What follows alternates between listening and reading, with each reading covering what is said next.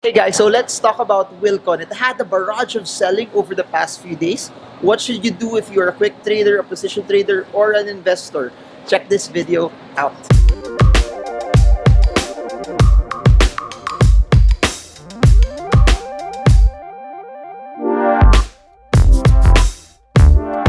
Hey guys, so this is Marvin Gurmo. I make daily videos about the stock market. So if you're new to this, subscribe, smash the bell so you get updated every time I talk about the market so you can use it to help you reach your goals of financial freedom.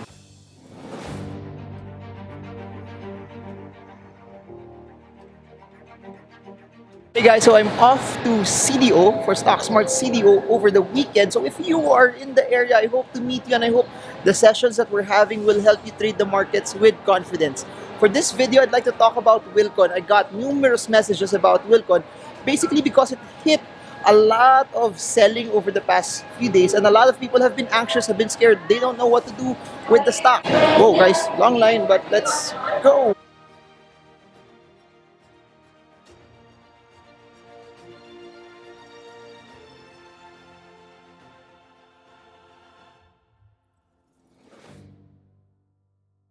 So basically, the stock had multiple sell signals over the past few days now. But by the way, I said that I'll also talk about investing for this. The stock is still fundamentally sound. I still believe that it's pretty much attached to our consumption-driven economy. I still believe that the more condos we have, more and more people will still use all of their products and services because they're still hitting the higher end market in terms of what their target range is in fixtures and everything that's needed for new houses and condos as well. So fundamentally speaking, I believe they're good.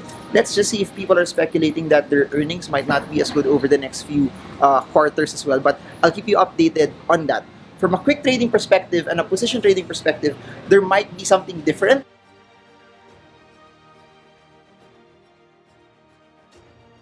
Be something different because multiple sell signals have already emerged from both quick and position trading, and it happened over a period of days already. That if you caught it and you know how to use technicals very well, those sell signals should have been spotted, and at best you should have taken profits and sold the stock and got out of your position. Hello, mabuhay.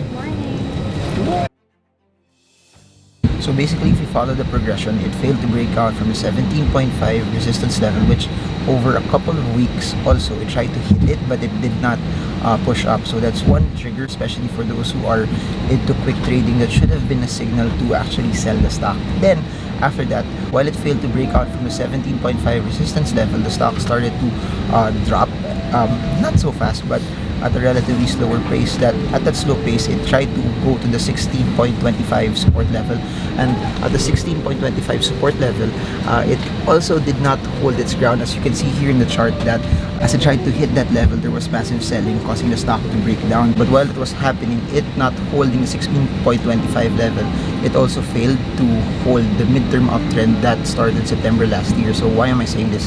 The uptrend that started since September is now actually broken. So from a quick trading perspective, the sell signal was failure to break out from the resistance.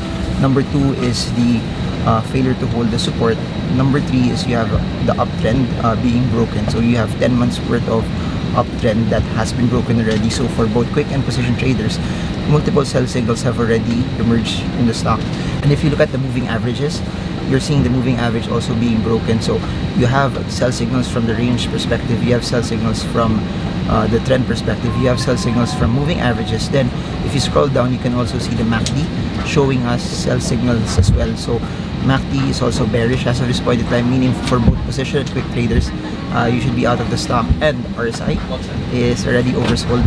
As the RSI is oversold, you should stay out of the stock right now. The only thing that I like about it right now is that if you would want to pick it up, is the RSI is oversold, meaning for those who want to do quick trades, for those who would want to come in when the market or the stock is oversold, do so as it bounces off support levels. You have to remember, when a stock is oversold, it's also bearish. It does not guarantee that it will go up, but it's a good candidate for people who want to do quick punts. Just another thing, if the breakdown continues, I think the possible retracement downward will bring the stock to around 14.2 pesos per share, because that's where a very strong support is. That's also where the moving averages will lie. So if your goal and your narrative is to buy and sell, based on moving averages, you can check the 14.2 range, and if selling happens, that's a probable landing spot for the stock. So I guess that's it. Downward movements like that, sell-offs like that are normal. They happen. They happen to stocks that drop, no matter how fundamentally sound they are. When people sell, no matter, even if the market is bullish, when people sell, markets drop. When people sell, it starts to retrace, no matter how good they are. So your goal is to detach yourself from the emotion. Your goal is to just follow what the charts are dictating, and your goal is to just push and sell and take profits every time those sell signals will emerge. And then later on, when it starts to bounce back again, when it starts to reverse back again, you can start coming in again. Technical analysis is not about being in the market all the time. It's about being there when it counts the most. So I hope this helps you, and to everyone from CDO that will be meeting over this weekend, I hope this video helps you. Trade well, trade strong, trade smart. Marvin Germo. See you all again soon, guys, and God bless.